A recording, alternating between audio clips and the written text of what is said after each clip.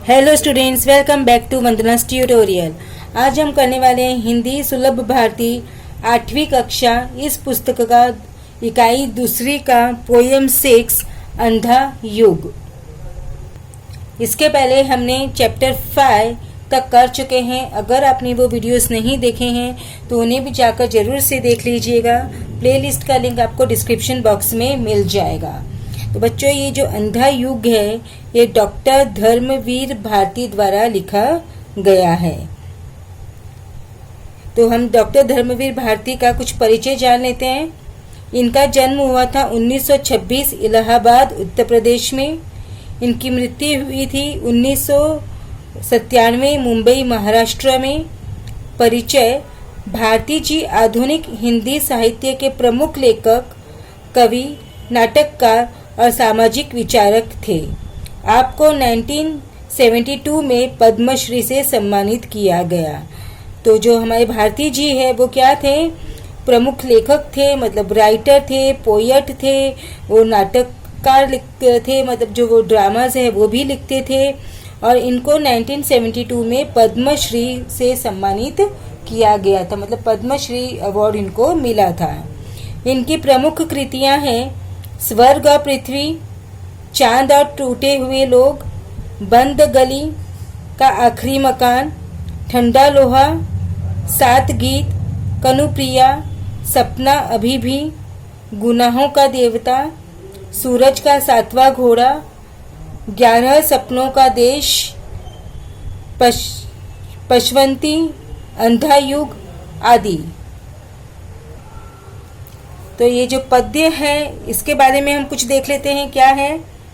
प्रस्तुत अंश डॉक्टर धर्मवीर भारती के अंधा युग गीति नाट्य से लिया गया है। जो मतलब ये जो पद्य है वो कहाँ से लिया गया है? अंधा युग उनका एक नाट्य है, उनसे लिया गया है। ये उनका एक अंश है, मतलब एक पार्ट है। इसमें युद्ध के परिप्रेक्ष्य में आधुनिक जीवन की विभीषिका का चित्रण किया गया है।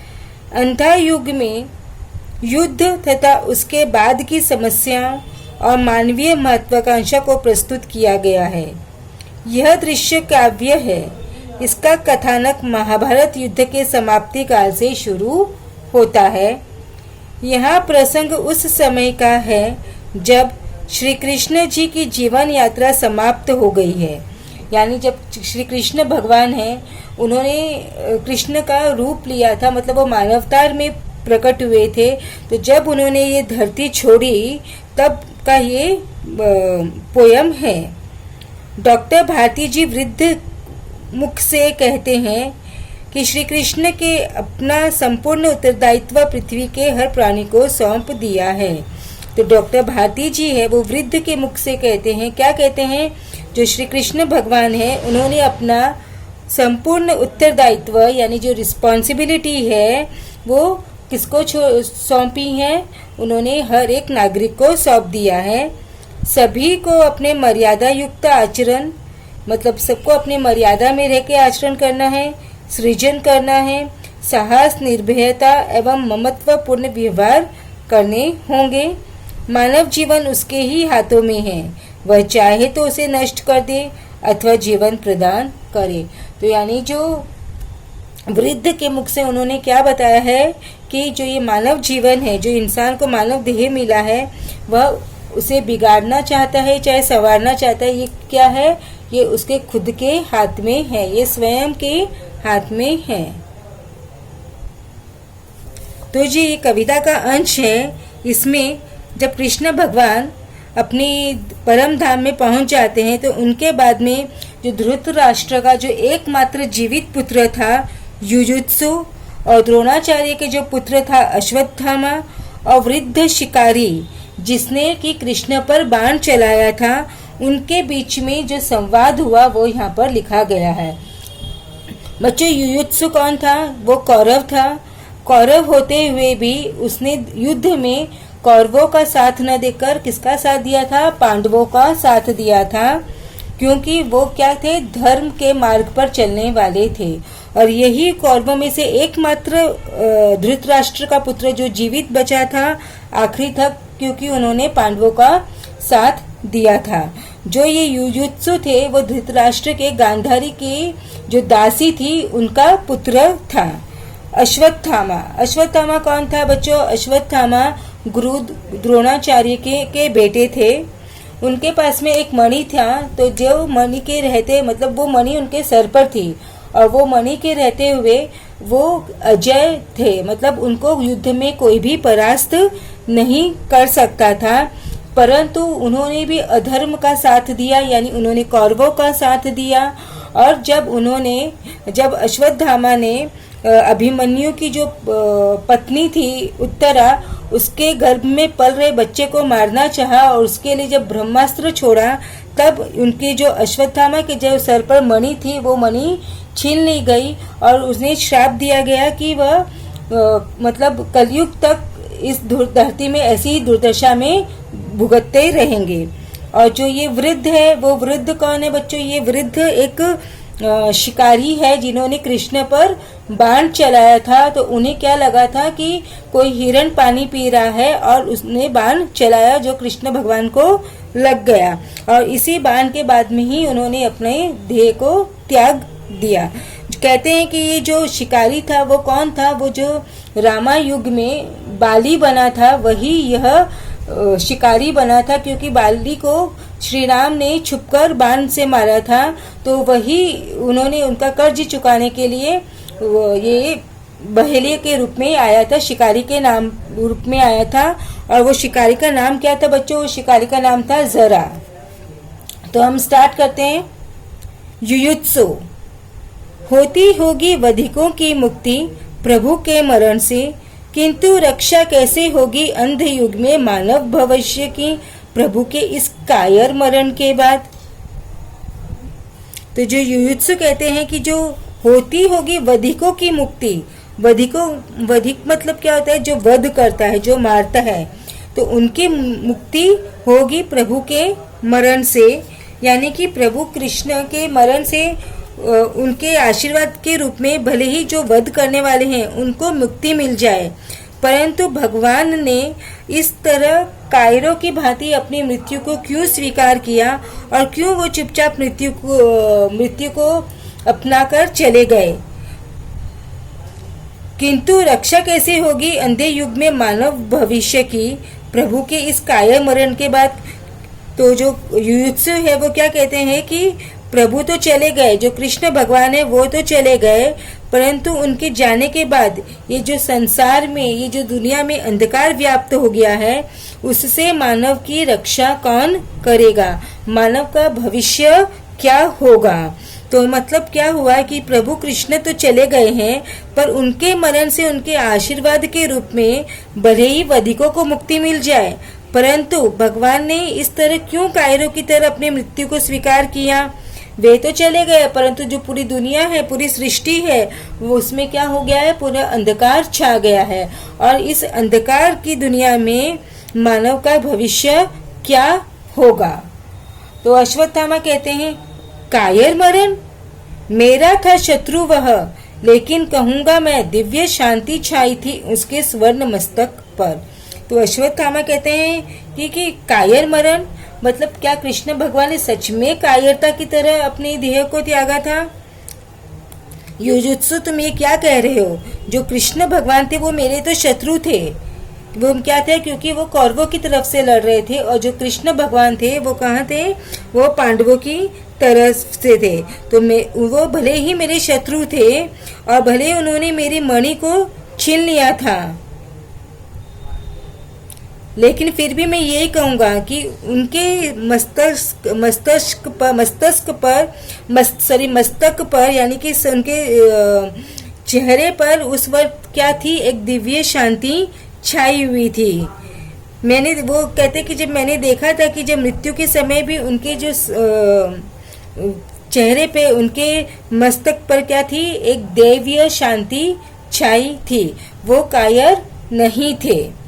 तो वृद्ध क्या बोलते हैं, जो कि शिकारी है, बोले अवसान के क्षणों में प्रभु मरण नहीं हो ओ व्याध, मंत्र रूपांतरण है यह सबका दायित्व लिया मैंने अपने ऊपर, अपना दायित्व सौंप जाता हूँ मैं सबको।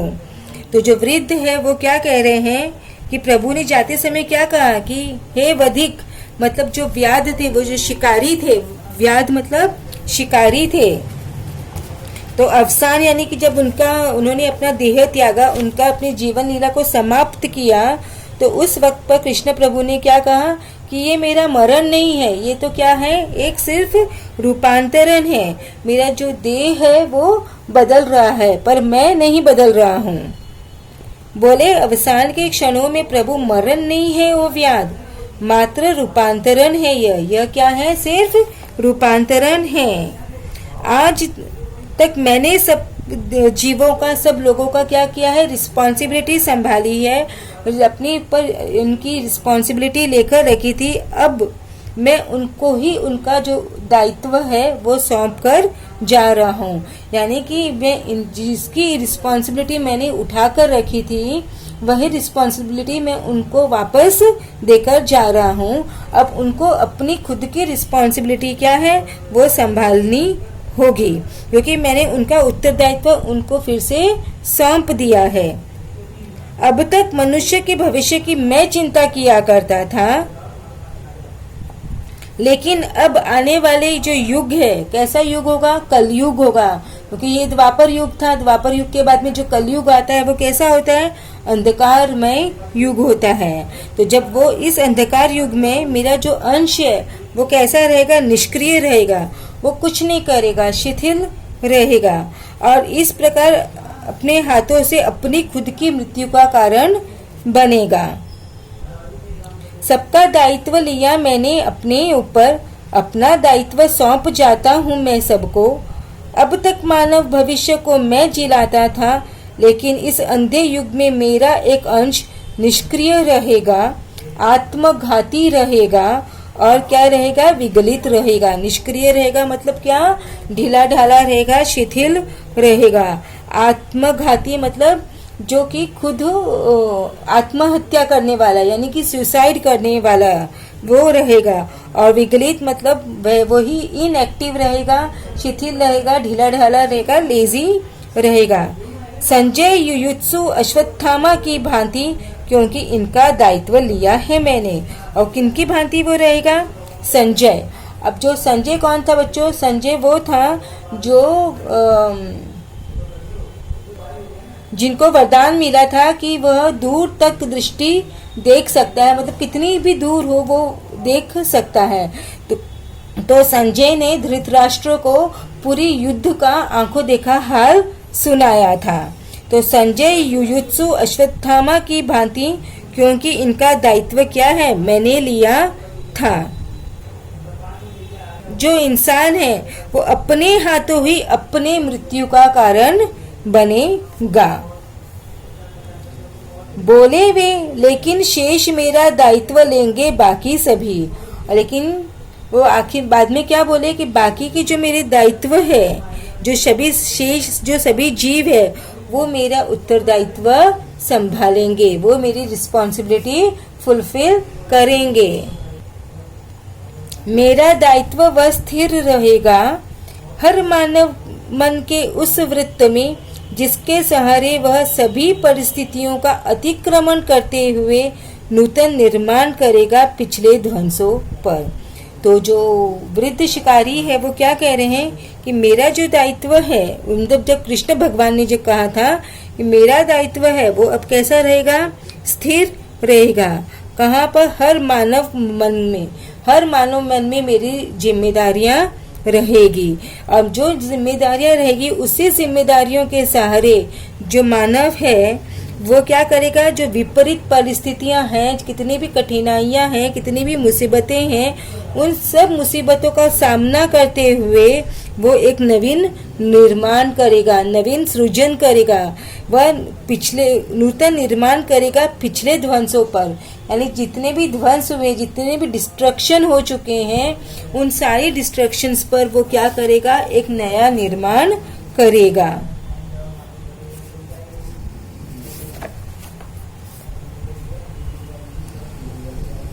मर्यादा युक्त आचरण में, नित्य नूतन सृजन में, निर्भयता के, साहस के, ममता के, रस के क्षण में, मर्यादा युक्त आचरण, जो ऐसे जो लोग हैं उनका जो आचरण होगा, उनका जो बिहेवियर होगा, उनका जो कैरेक्टर होगा वो कैसा होगा, मर्यादा में रहकर होगा। और मर्यादा में रहते हुए ही वे नए सृजन करेंगे, नया निर्माण करेंगे। उनकी जो निर्भयता है, मतलब जो मतलब निर्भय है कि बिना डर है, निडर है, उनके जो साहस के, हिम्मत के, उनकी ममता के यानी जो ममत्व है के रस के क्षण में जीवित और सक्रिय हो उठूंगा मैं बार बार। और उन्हीं लोगों में जो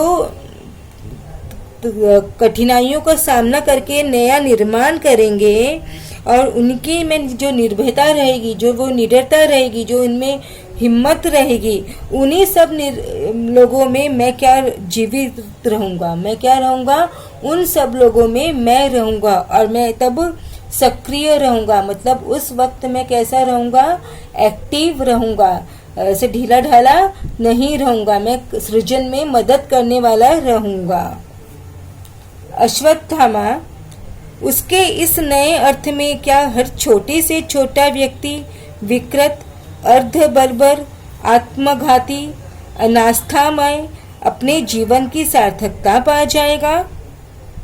तो अश्वत्थामा क्या कहते हैं कि अगर प्रभु ने इस तरह से कहा है तो क्या उनका मतलब ये है नए अर्थ में कि क्या हर छोटे से छोटा व्यक्ति, यानी चाहे वो व्यक्ति है वो कितना ही छोटा हो, कितना ही मतलब कैरेक्टरलेस हो, कितना ही वो विकृत हो और अर्धबर्बर हो, आत्मघाती हो, अनास्थामय हो, मतलब विकृत मतलब क्या होता है, कुरूप हो, चाहे वो कैसे हो, अर्धबर्बर हो, चाहे मतलब वो हिंसा करने वाला हो, चाहे वो आत्मघाती हो यानी कि वो आत्महत्या करने वाला हो, चाहे अनास्थामय हो यानी कि जिसका भगवान में श्रद्धा न हो, जो नास्तिक हो, क्या ऐसे लोग भी अपने जीवन की सार्थकता पा जाएंगे? यानी कि ऐसे लोगों को भी अपने जो जीवन है उनका जो वैल्यू है क्या वो समझ में आ जाएगी, उनको अपनी जीवन की जो एम है, गोल है, क्या वो समझ पाएंगे? वृद्ध, निश्चय ही वे है भविष्य किंतु हाथ में तुम्हारे हैं।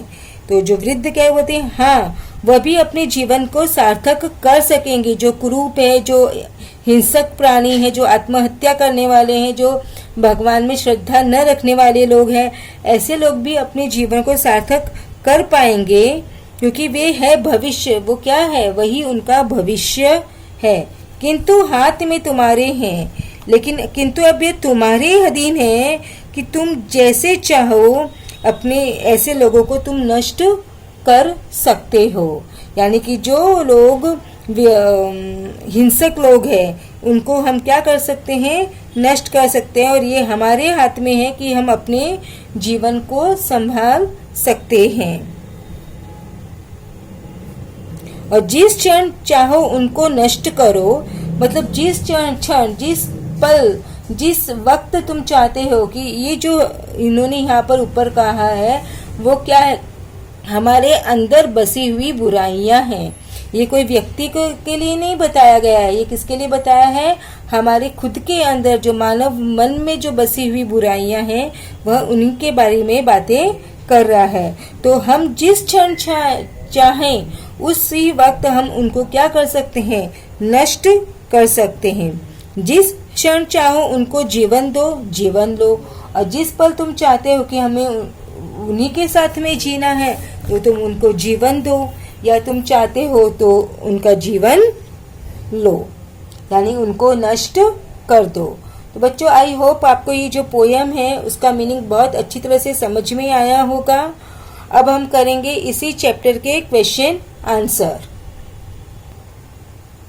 प्रभु ने इनका दायित्व लिया है। युयुत्सु, अश्वत्थामा अंधे युग में प्रभु का एक अंश, निष्क्रिय, आत्मघाती। कविता में प्रयुक्त पात्र युयुत्सु, अश्वत्थामा, वृद्ध। अश्वत्थामा के अनुसार नए अर्थ में व्यक्ति विकृत, अर्धबर्बर, आत्मघाती, अनास्था मैं। किसने किससे कहा? किंतु रक्षा कैसी होगी अंधे युग में? युयुत्सु ने कहा है। दिव्य शांति छाई थी उसके स्वर्ण मस्तक पर, अश्वत्थामा ने कहा है। बोले, अवसान के क्षणों में प्रभु मरण नहीं है ओ व्याध, वृद्ध ने कहा है।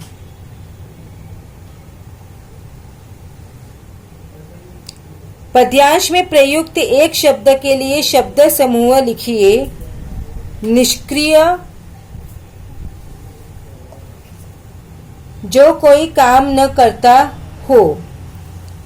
आत्मघाती, अपने हाथों अपने को मार डालने वाला। स्वमत, निष्क्रियता मनुष्य की शत्रु है। विषय पर अपने विचार लिखिए। निष्क्रियता मनुष्य की शत्रु है। यह एक ऐसा अवगुण है जिसके कारण मनुष्य अपने वर्तमान और भविष्य दोनों को नष्ट कर लेता है। निष्क्रियता के कारण ही हम उन्नति के अवसरों को खो देते हैं। लोग अपनी असफलता के लिए अक्सर भाग्य या ग्रह दशा को दोष दिया करते हैं, जबकि वास्तविकता यह है कि आगे बढ़ने का समय सभी के पास आता है। जो लोग अपने ज्ञान और विवेक के बल पर उस समय का लाभ उठा लेते हैं, उनका जीवन बन जाता है। जीवन में निरंतर सक्रिय रहने से मनुष्य के तन और मन में स्फूर्ति बनी रहती है। अतः हमें चाहिए कि निष्क्रियता त्यागने में तनिक भी देरी न करें। स्वमत, मनुष्य का भविष्य उसके हाथों में है। विषय पर अपने विचार लिखिए। सुख दुख, सफलता असफलता, उत्थान पतन, यह सब भाग्य के अधीन न होकर मनुष्य के अपने कर्मों का फल होते हैं। भाग्य मनुष्य के कर्मों के आधार पर बनता है, अतः मनुष्य कर्म करने के लिए स्वतंत्र है। इस प्रकार मनुष्य का भविष्य भी अपने हाथों में है। यदि मनुष्य चाहता है कि उसके भाग्य में श्री, समृद्धि, वैभव, ऐश्वर्य और सुख सुविधाओं का समावेश हो, तो उसे निरंतर कर्म करते रहना चाहिए। मार्ग में जो भी बाधाएं अथवा कठिनाई आए, उसे निराश हुए बिना आगे बढ़ते रहना चाहिए। ईश्वर ने मनुष्य को सर्वश्रेष्ठ बनाया है। वह चाहे तो उन्नति के शिखर तक पहुंच सकता है। आवश्यकता है केवल परिश्रम की। पाठ में आए मुहावरों का अर्थ लिखकर उनका अपने स्वतंत्र वाक्यों में प्रयोग कीजिए। पारावार न रहना, सीमा न रहना। 12वीं की परीक्षा में उन्नति अपने जिले में प्रथम आई तो उसके माता पिता की प्रसन्नता का पारावार न रहा। सिर खपाना, बहुत बुद्धि लगाना।